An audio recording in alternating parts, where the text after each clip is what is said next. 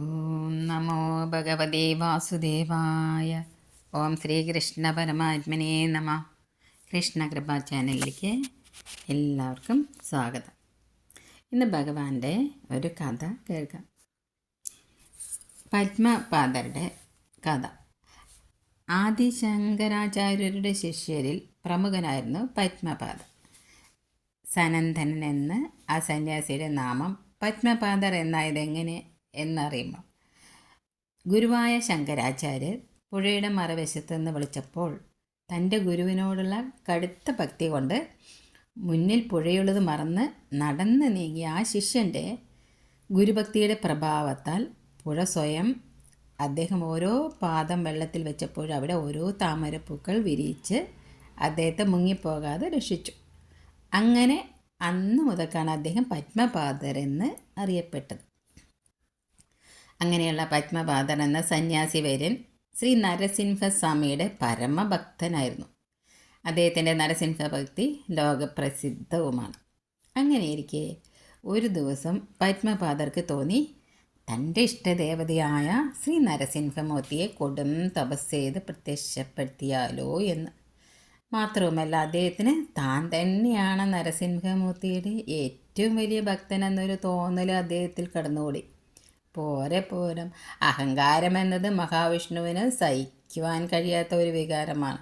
അത് വന്നാൽ അദ്ദേഹം തൻ്റെ ഭക്തൻ കൂടിയാണെങ്കിൽ പോലും തീർച്ചയായും അദ്ദേഹം അതിൻ്റെ മുനയടിക്കുവാനായി വേണ്ടത് ചെയ്തിരിക്കും. അങ്ങനെ ആ വ്യക്തിയെ നേരായ മാർഗത്തിലേക്ക് തിരിച്ചു കൊണ്ടുവരികയും ചെയ്തിരിക്കും എന്നത് തർക്കമില്ലാത്ത കാര്യം തന്നെയാണ്. വിചാരമുണ്ടായ ഉടൻ തന്നെ പത്മപാദർ എല്ലാ ആചാരവിധികളോടും കൂടി ശ്രീ നരസിംഹസ്വാമിയെ ആരാധിക്കുവാനും പൂജിക്കുവാനും തുടർന്നു. അന്നം, ജലം, വായു എന്നിവ ക്രമം അനുസരിച്ച് ഉപേക്ഷിച്ചുകൊണ്ട് കൊടും തപം ചെയ്യുവാനായി നിശ്ചയിച്ചുകൊണ്ട് ധ്യാനം ആരംഭിച്ചു. ഒരാഴ്ച അങ്ങനെ ജപധ്യാനങ്ങളിൽ കടന്നുപോയി. നരസിംഹസ്വാമിയുടെ മുഖം മനസ്സിൽ പോലും തെളിയുന്നില്ലെന്ന് മനസ്സിലാക്കിയ പത്മപാദർ തൻ്റെ തപസ് കൂടുതൽ കഠിനമാക്കി. ഒറ്റക്കാലിൽ നിന്നായി പിന്നത്തെ തപസ്. അതും ദിവസങ്ങളോളം നീണ്ടു. ഒരു ഫലവുമില്ല. പിന്നെ ആഹാരം തീർത്തും ഉപേക്ഷിച്ചുകൊണ്ടായി തപസ്. അതും ഫലം കണ്ടില്ല. പിന്നെ ക്രമേണ ജലവും തീർത്തും ഉപേക്ഷിച്ചുകൊണ്ട് അദ്ദേഹം തൻ്റെ തപം കൂടുതൽ കഠിനതരമാക്കി. എങ്ങനെയും ശ്രീ നരസിംഹമൂർത്തിയെ തൻ്റെ മുന്നിൽ പ്രത്യക്ഷപ്പെടുത്തിയില്ലെങ്കിൽ ആളുകൾ എന്ത് വിചാരിക്കും? തൻ്റെ പേരിന് തന്നെ അത് കളങ്കം ചാർത്തുകയില്ലേ? കാരണം താനല്ലേ നരസിംഹഭക്തരിൽ അഗ്രഗണ്യൻ എന്നൊക്കെയാണ് സന്യാസിയായിട്ട് പോലും അഹങ്കാരത്തിൻ്റെ പിടിയിൽ അമർന്നു പോയ പത്മപാദർ ചിന്തിച്ചത്. പക്ഷേ കഠിനമായ തപം കൊണ്ട് അദ്ദേഹം വല്ലാതെ ക്ഷീണിച്ചു. എല്ലും തോലുമായി എന്നല്ലാതെ യാതൊരു ഗുണവും ഉണ്ടായില്ല. ഇതൊക്കെ കണ്ട് ശ്രദ്ധിച്ച ഒരാൾ സദാ ആ കാട്ടിൽ പത്മപാദർക്ക് അരികിലേറ്റുണ്ടായിരുന്നു. ഒരു സാധു വേടൻ. അന്നന്നത്തെ ആഹാരത്തിന് വേണ്ടി ചെറുജീവികളെ വേട്ടയാടി പിടിച്ച് ജീവിക്കുന്ന അയാൾക്ക് മര്യാദയ്ക്കുള്ള ഒരു വീടോ വിദ്യാഭ്യാസമോ ലോകപരിചയമോ എന്തിനും മര്യാദയ്ക്ക് സംസാരിക്കാൻ പോലും അറിവുണ്ടായിരുന്നില്ല. എന്നാൽ മറ്റുള്ളവരുടെ ദുഃഖത്തിലും കഷ്ടപ്പാടിലും അലിയുന്ന ഒരു ഹൃദയം, അത് മാത്രമായിരുന്നു അയാളുടെ കൈമുതൽ. അയാൾ നോക്കുമ്പോൾ ഒരു സന്യാസി ഇരുന്നും നിന്നും മനസ്സിലാവാത്ത ഏതോ ശബ്ദങ്ങളൊക്കെ ഉണ്ടാക്കി. അത് നരസിംഹ മന്ത്രങ്ങളാണെന്നൊന്നും ആ പാവത്തിന് അറിയുന്നില്ല. പട്ടിണി കിടന്ന് വെള്ളം പോലും കുടിക്കാതെയും കിടന്ന് കഷ്ടപ്പെടുന്നു.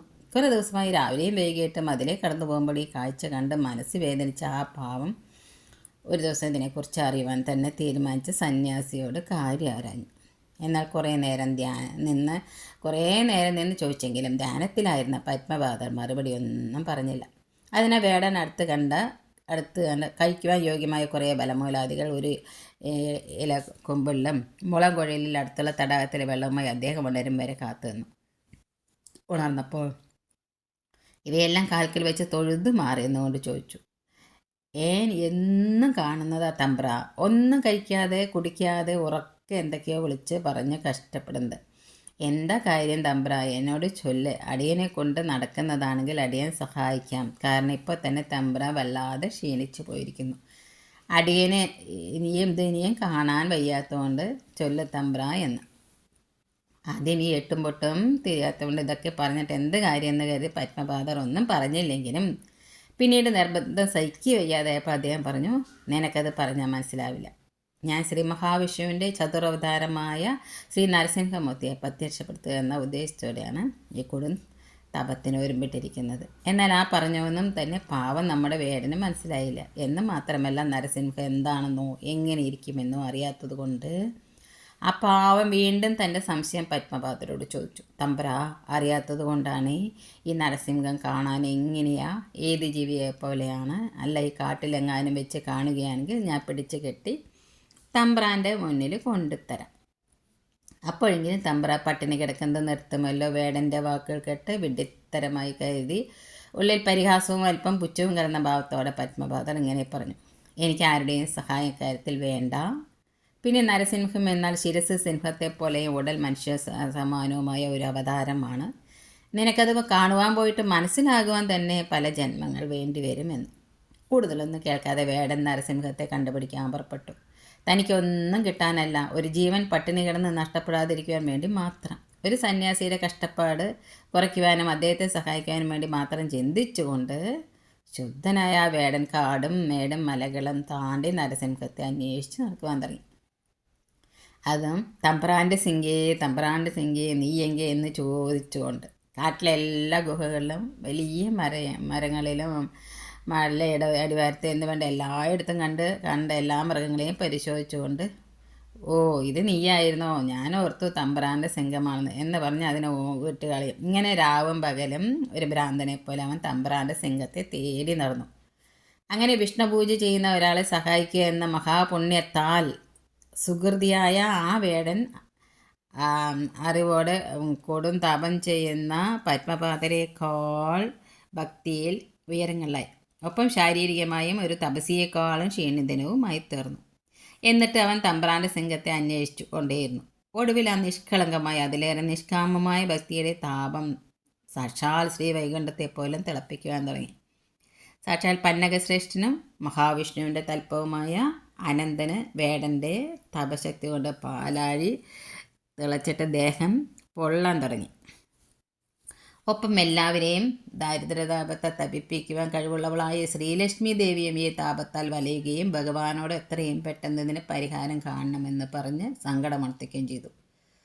ഒടുവിൽ ഭഗവാൻ തൻ്റെ അടുത്ത ലീലയ്ക്കുള്ള സമയമായി എന്നറിയിച്ചുകൊണ്ട് പതിവ് പുഞ്ചിരിയോടെ അവിടെ നിന്ന് അപ്രത്യക്ഷനായി. സപ്തർഷികൾക്കും ത്രിമൂർത്തികൾക്കും എന്തിന് സാക്ഷാൽ ശ്രീ ലക്ഷ്മി ഭഗവതിക്ക് പോലും പെട്ടെന്ന് പ്രാപ്യമല്ലാത്ത തൻ്റെ ശാന്ത നരസിംഹ രൂപത്തിൽ 4 തൃക്കൈകളിലും ശംഖും ചക്രം ഗദ പത്മധാരിയായി ആ ത്രൈലോക്യവതി തൻ്റെ മഹത്വമൊന്നും അറിയാതെ സ്വന്തം സ്വാർത്ഥ താല്പര്യത്തിനല്ലാതെ തന്നെ അന്വേഷിച്ചറിയുന്ന പരമസാധുവായ വേടൻ വരുന്ന വഴിയിൽ അവനായി മാത്രം കാത്തുനിന്നു. ഭക്തവത്സലൻ എന്ന തൻ്റെ പേര് അന്വർത്ഥമാക്കുവാൻ വേണ്ടി എന്ന പോലെ. പാവം വേടൻ പതിവ് പോലെ തമ്പ്രാൻ്റെ സിംഹത്തെ അന്വേഷിച്ച് നടക്കുമ്പോൾ അതാ തൻ്റെ വഴിയിൽ കോടി സൂര്യന്മാർ ഒന്നിച്ചൊതിച്ച പോലെ കണ്ണഞ്ചിപ്പിക്കുന്ന ഒരു പ്രകാശം. അടുത്ത് ചെന്ന് നോക്കുമ്പോൾ ആ പ്രകാശത്തിന് നടുവിലായി അതാ താനിത്ര നാളും നോക്കി നടന്ന സാക്ഷാൽ തമ്പ്രാൻ്റെ സിംഹം. ഒന്നുകൂടി സൂക്ഷിച്ചു നോക്കി, അതെ, അത് തമ്പ്രാൻ പറഞ്ഞ പ്രകാരമുള്ള പകുതി സിംഹവും പകുതി മനുഷ്യനും അയാൾ തന്നെ. ഒപ്പം 4 കൈകളും. ആ കൈകളിലൊക്കെ എന്തൊക്കെയോ തിളങ്ങുന്ന സാധനങ്ങളുണ്ട്. നല്ല ഓമനത്തമുള്ള മുഖം. തന്നെ കണ്ട് പേടിച്ചെന്ന് കരുതി ഭഗവാനെ സമാധാനിപ്പിച്ചുകൊണ്ട് ആ പാവം വേട ഇങ്ങനെ പറഞ്ഞു. തമ്പ്രാൻ്റെ സിംഗേ, ഇത്ര നാളും നീ എങ്കെയായിരുന്നു? അവിടെ ഒരു പാവം തമ്പ്രാൻ നിന്നെ കാണാഞ്ഞ് തണ്ണി പോലും കുടിക്കാതെ ഒറ്റക്കാലിലും തീയിൻ്റെ നടുവിലൊക്കെ നിന്ന് എന്തൊക്കെയോ പറഞ്ഞ് കരയുകയാണ്. ഞാൻ നിന്നെ ഒന്നും ചെയ്യില്ല. പതുക്കെ എൻ്റെ കൂടെ വന്ന് ആ തമ്പ്രാൻ ഒന്ന് മുഖം കാണിച്ചാൽ മാത്രം മതി. പിന്നീട് എവിടെ വേണമെങ്കിലും പൊയ്ക്കോ. അതുവരെ നിനക്ക് ഭക്ഷിക്കാതിരിക്കാൻ ദാ ഈ ഒരു പിടി പുല്ല് തിന്നോ എന്ന് പറഞ്ഞുകൊണ്ട് കുഞ്ഞ് താഴെ നിന്ന് ഒരു പിടി പുല്ല് പറിച്ച് ഭഗവാന് നേരെ നീട്ടി. തൻ്റെ ഏത് ഭക്തനും യഥാർത്ഥ ഭക്തിയോട് എന്ത് തന്നാലും അമർദ്ദന് തുല്യം സ്വീകരിക്കുന്ന ഭഗവാൻ വിഷ്ണു തൻ്റെ പതിവ് തെറ്റിച്ചില്ല. അദ്ദേഹം ആ വേടൻ നൽകിയ ഒരു പിടി പുല്ല് ഒരു പുഞ്ചിരിയോടെ കഴിച്ചു. ഉടനെ അവിടെ കണ്ട ഒരു കാട്ടുവള്ളി കൊണ്ട് വേടൻ മഹാപരാക്രമിയായ അസുരൻ ഹിരണ്യകശിപുവിന് പോലും പ്രാണഭയത്തെ നൽകിയ സാക്ഷാൽ ശ്രീ നരസിംഹമൂർത്തിയെ ബന്ധിച്ചുകൊണ്ട് മുൻപേ നടന്നു. ലോകത്തെ മുഴുവൻ തൻ്റെ ഉഗ്രകോപത്താൽ അമ്മാനമാടിയ ആളാണോ ആ നിരശരകുഷിയായ വേടൻ്റെ പുറകെ ഒരു മാൻകുട്ടിയെപ്പോലെ പോകുന്നത് എന്നോർത്ത് സകല ദേവതകളും ഭഗവാന്റെ പുതിയ ലീല കാണുവാൻ ആകാശത്തെ തടിച്ചുകൂടി ശ്വാസം അടക്കിപ്പിടിച്ചു. ചെന്നു. ഒടുവിൽ രണ്ടുപേരും കൂടി പത്മപാദരുടെ അടുത്തെത്തി. വേടൻ വലിയ സന്തോഷത്തോടെയും അതിലേറെ ഉത്സാഹത്തോടെയും അദ്ദേഹത്തെ വിളിച്ചുകൊണ്ട് ഇങ്ങനെ പറഞ്ഞു: തമ്പ്രാ, കണ്ണു തുറ, ദാ ഞാൻ എന്താ കൊണ്ടുവന്നതെന്ന് നോക്ക്. തമ്പ്രാൻ പറഞ്ഞ രൂപമുള്ള തമ്പ്രാൻ്റെ സിംഹത്തെ തന്നെ ശരിയല്ലേ എന്ന് കണ്ണു തുറന്ന് ഒന്ന് ചൊല്ലു തമ്പ്രാ. ആദ്യം പത്മപാദർ വേടൻ്റെ വാക്കുകളെ വിലക്കെടുത്തില്ല, കണ്ണു തുറന്നുമില്ല. പക്ഷേ ശല്യം സഹിക്ക് വയ്യാതായപ്പോൾ അദ്ദേഹം കണ്ണു തുറക്കുക തന്നെ ചെയ്തു. അപ്പോൾ അവിടെ കണ്ട കാഴ്ച അദ്ദേഹത്തെ ശരിക്കും അമ്പരിപ്പിക്കുക തന്നെ ചെയ്തു.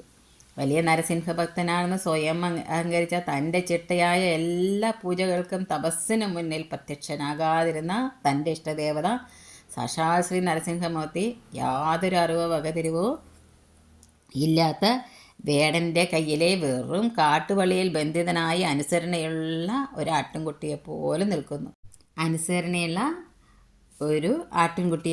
നിൽക്കുന്നു.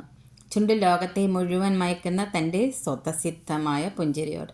ഒരു നിമിഷം പരിഭ്രമം കൊണ്ടും തൻ്റെ അവിവേകം മൂലമുണ്ടായ ലജ്ജ കൊണ്ടും തരിച്ചു നിന്ന് പോയ അദ്ദേഹം സ്വബോധം തിരിച്ചു കിട്ടുകയും അഹങ്കാരത്തിൽ നിന്ന് പൂർണ്ണ മോചനം നേടുകയും ചെയ്ത് ഭഗവാന്റെ മുന്നിൽ സാഷ്ടാംഗം നമസ്കരിക്കുവാനായി ഓടിച്ചെന്നപ്പോൾ ഭഗവാൻ അദ്ദേഹത്തോട് ആദ്യം നിഷ്കാമഭക്തനും പുണ്യാത്മാവുമായ വേടനെ നമസ്കരിച്ച ശേഷം എന്നെ നമസ്കരിച്ചാൽ മതിയെന്ന് പറയുന്നു. അപ്രകാരം സ്വയം ജ്ഞാനിയെന്ന് ധരിച്ച പാണ്ഡിത്യത്തിൻ്റെ അഹങ്കാരത്തിൽ അന്ധനായിപ്പോയ അദ്ദേഹത്തെ നല്ല മനസ്സിനല്ലാതെ തന്നെ ബന്ധിക്കുവാൻ ലോകത്തിലെ ഒരു ശക്തിക്കും കഴിയില്ല എന്ന് ഭഗവാൻ മനസ്സിലാക്കി കൊടുക്കുന്നു. സർവം ശ്രീകൃഷ്ണപാദാരവിന്ദാർപ്പണമസ്തു. ശ്രീ ഗുരുവായൂരപ്പ ശരണം.